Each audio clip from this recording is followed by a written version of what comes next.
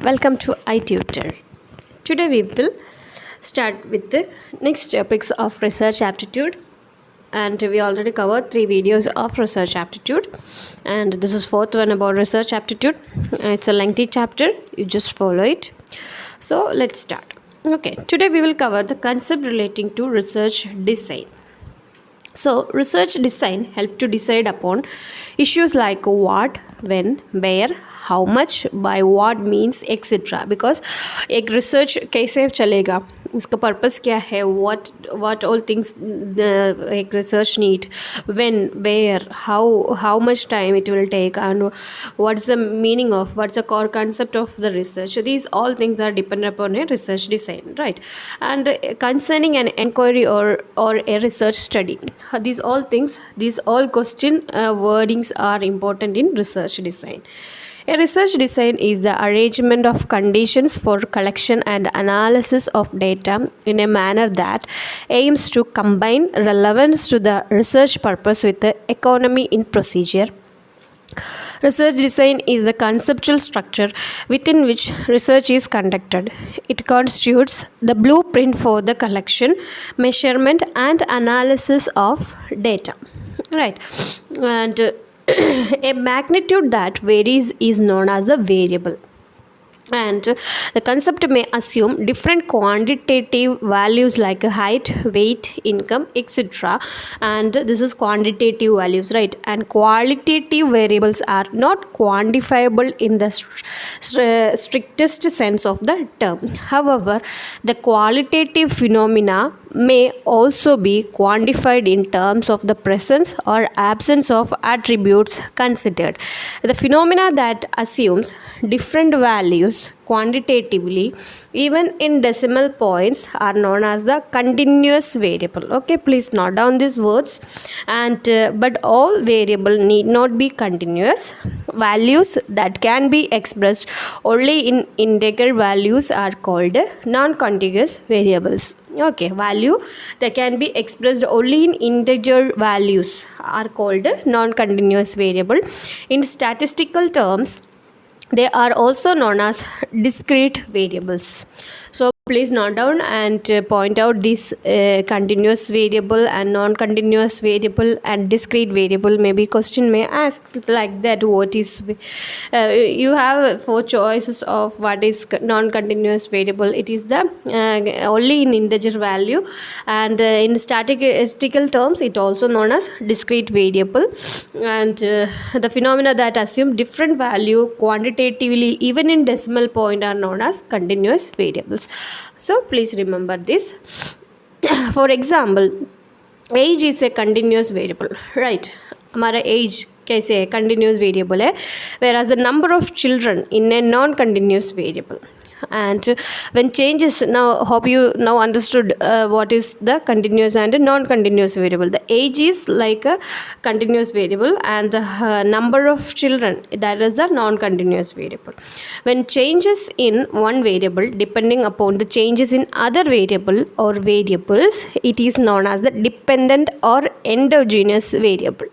And the variables that cause the changes in the dependent variable are known as the independent or explanatory or exogenous variable. And its example is, if demand depend upon price, then demand is dependent variable, right? If demand depends upon price, right? एक value कैसे है, it's depend upon the price, right? एक चीज़ का, एक product का demand कैसे होते हैं, उसका प्राइस के हिसाब से, right? Then demand is dependent variable. Here demand is the dependent variable while price is the independent variable. Okay, now आपको समझ में आ गया? And if more variables determine demand, like income and price of the substitute commodity, then demand also depends upon them in addition to the price of the original commodity.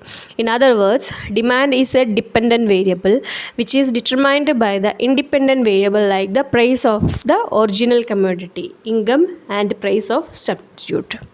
Okay, this is about a dependent and independent variable. Okay, hope you understood. And extraneous variable. What is extraneous variable? The independent variable which are not directly related to the purpose of the study but affect the dependent variable are known as extraneous variable. For instance, assume that the researcher wants to test the hypothesis that there is a relation between children's school performance and their self confidence, in which case the latter is an independent variable and the former a dependent variable. In this context, intelligence may also influence school performance also. Okay, hope you understood, because these all are the, now we will discuss, after this we will discuss what is hypothesis. So these all things are the pre topics of the hypothesis. Okay, so please understood what all these things. And however, since it is not directly related to the purpose of the study undertaken by the caused by extraneous variables on the dependent variable is technically called the experimental error. So what is experimental error here? It is related to the purpose of the study undertaken by the caused by extraneous variables on the dependent variable is technically called the experimental error. Therefore, a research study should always be framed in such a manner that the influence of extraneous variable on the dependent variables are completely controlled and the influence of independent variables is evident. Okay, and what is control? One of the most important features of a good researcher design is to minimize the effect of the extraneous variables, because the topic we can elaborate everywhere, like there is no control for a research topic, right? So control is very important here, and minimize the effect of a extraneous variables is an important factor or feature here. Technically, the term control is used when researcher designs the study in such a manner that minimize the effects of extraneous variables. We already discussed what is extraneous variable, and it's a definition also. The term control is used in experimental research to reflect the restraint in experimental conditions, right? And now we will discuss what is research hypothesis. It's very important portion in a research. It's a hypothesis is one of the important factor of a research topic. When a prediction or a hypothesized relationship is tested by adopting scientific methods, it is known as the research hypothesis. The research hypothesis is a predictive statement which relates to a dependent variable and an independent variable.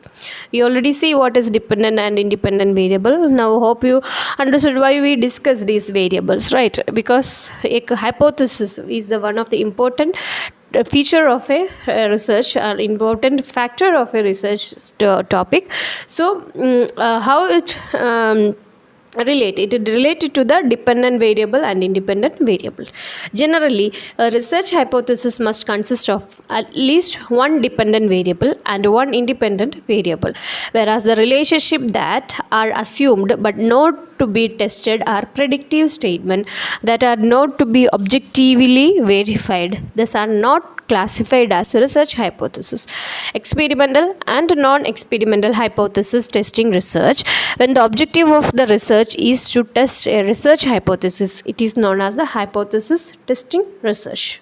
Such a research may be like the experimental design or non-experimental designs. And the research in which the independent variable is manipulated is known as the experimental hypothesis testing research, right? It's the independent variable is manipulated, it is known as experimental hypothesis or testing research, whereas the research in which the independent variable is not manipulated in term as non-experimental hypothesis testing research. For example, assume that a researcher wants to examine whether family income influence the school attendance of a group of students by calculating the coefficients of correlation between the two variables. Such as example is known as non-experimental hypothesis testing research because the independent variable family income is not manipulated here, right? And Again, assume that the researcher randomly selected 150 students from a group of students who pay their school fee regularly and then classify them into two subgroups by randomly including 75 in group A, whose parents have regular earning, and 75 in group B, whose parents do not have regular earning. Assume that at the end of the study, the researcher conducted tests on each group to examine the effect of regular earning of the parents on the school attendance of the students. Such a study is an example of experimental hypothesis testing research, because in this particular study the independent variable regular earning of the parents have been manipulated, right? It's a little bit confusing topic, but it's very and we already discussed what is independent variable and dependent variable, already discussed. So you first of all understand that what is that variables, then come to the point of this hypothesis and its differences, and go through the examples. Then you will get the full idea of this research design. Okay.